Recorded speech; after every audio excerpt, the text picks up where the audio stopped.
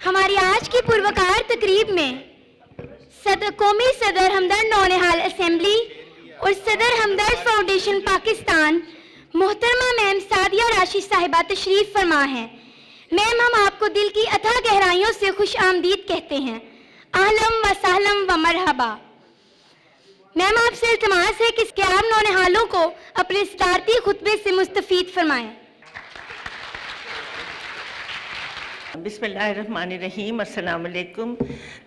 مہمانان خصوصی جناب محترم آصف جاہ محمود صاحب، عبداللہ حمید گل اور صاحب اور تمام سامعین حاضرین، السلام علیکم۔ بہت شکریہ۔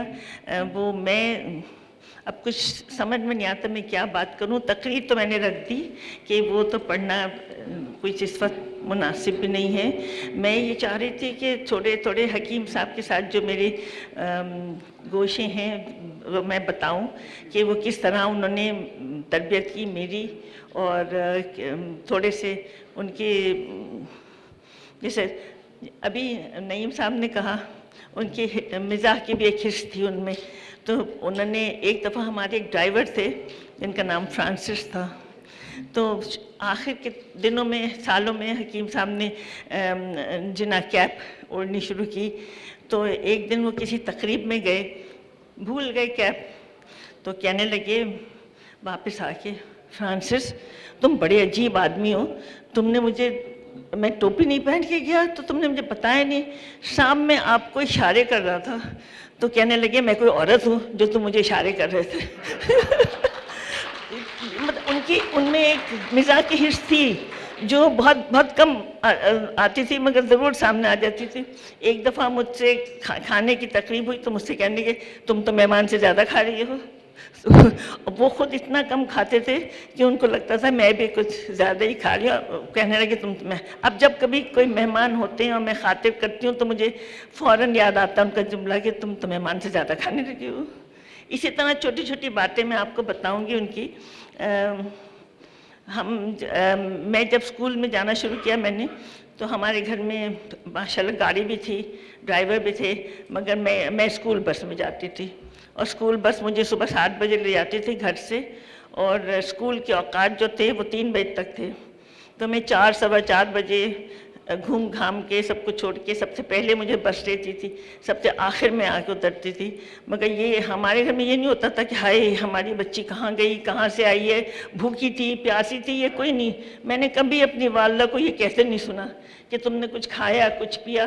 ہم 4 بجے گھر آتے تھے اور اپنے آرام سے جو گھر کے کام تھے وہ بھی کرتے تھے، اصول تھے ہمارے، کام بھی کرتے تھے گھر کا، والدہ کے ساتھ بھی کام کرتے تھے۔ یہ نہیں ہو سکتا تھا کہ میری والدہ کام کر رہی ہوں اور میں، یا تو آج کل جیسے موبائل لیے بیٹھے ہیں، اس زمانے میں تو خیر نہیں ہوتا تھا، ٹی وی بھی نہیں تھا، تو ہم اپنی والدہ کے ساتھ بھی کام کراتے تھے، پڑھتے بھی تھے، اللہ کا شکر ہے، باہر بھی جاتے تھے۔ اور اوقات کی بات، ٹریننگ کی بات میں آپ کو بتاؤں کہ 9 بجے کے بعد ہم، کیونکہ ٹی وی بھی نہیں تھا اس زمانے میں جب میں چھوٹی تھی، تو ہم لوگ سنیما ہاؤس میں فلم دیکھنے چلے جاتے تھے۔ تو مجھے تو اجازت دی تھی 9 بجے کے بعد کی شو دیکھنے کی۔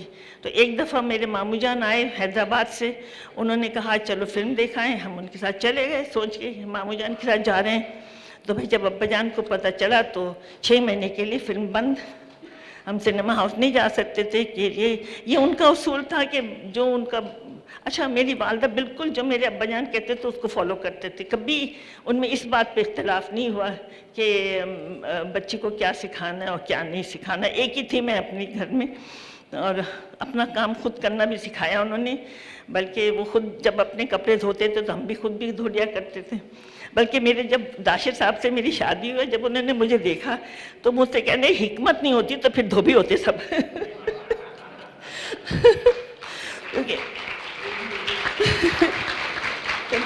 پتہ نہیں حکیم بن گئے ورنہ دھوبی ہوتے۔ سامنے تو ایک دفعہ لندن گئے، ڈاکٹر زوار زیدی مرحوم کے گھر رہے، تو ظاہر ہے لندن میں باتھ روم بھی چھوٹے ہوتے ہیں، تو حکیم صاحب نے شیروانی پہن کے اور صابن لگا کے خود ہی دھو لی، نہا بھی لیے، شیروانی بھی دھل گئی۔ اس طرح کے چھوٹے چھوٹے واقعات میں آپ کو بتا رہی ہوں جو ہوتے تھے ہمارے ساتھ۔ اللہ کا شکر ہے، اللہ میں نے، انہوں نے بہت ٹرین کیا۔ کھانے پینے میں بھی بہت ہمارے یہاں سادگی تھی، زیادہ ہمارے یہاں میز پہ ایک